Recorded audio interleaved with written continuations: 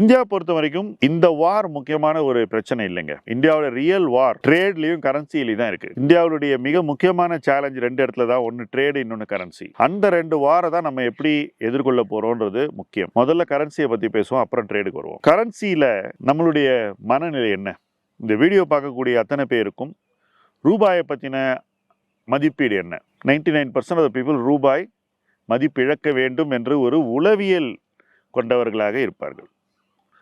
சைக்காலஜியாக தான். பட் அது உதவாது. அதுக்கு ஒரு நல்ல சான்று சமீப நாட்களில் டைவானில் நடந்தது. வெள்ளிக்கிழமை டைவனீஸ் டாலர் யூஎஸ் டாலருக்கு அகேன்ஸ்டாக 5% அப்ரிஷியேட் ஆச்சு. மறுபடியும் மண்டே இன்னொரு 5% அப்ரிஷியேட் ஆச்சு. 2 நாள் அமெரிக்கன் டாலருக்கு எதிராக ஒரு கரன்சி 10% மேலே போகுது. இது டைவானோட நிற்குமா அப்படின்னாக்கா, என் பார்வையில் இது மொத்த ஏஷியாலையும் ஏதோ ஒரு வகையில் பிரதிபலிக்கும். அப்போ இந்தியாவும் இதற்கு விதிவிலக்காக இருக்க முடியாது.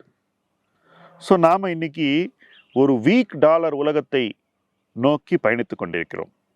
அமெரிக்காவும் இதைத்தான் விரும்புது. ட்ரம்ப் பல தடவை எனக்கு வீக் டாலர் வேணும்னு சொல்லியிருக்காரு. எதுக்காக வீக் டாலர் அப்படின்னாக்கா, அமெரிக்கா செய்ய நினைக்கக்கூடிய பொருளாதார மாற்றங்கள், அவங்க உருவாக்கக்கூடிய ட்ரேடு ரீபேலன்சிங், இதுக்கெல்லாம் வீக் டாலர் உதவும்னு அவங்க நினைக்கிறாங்க.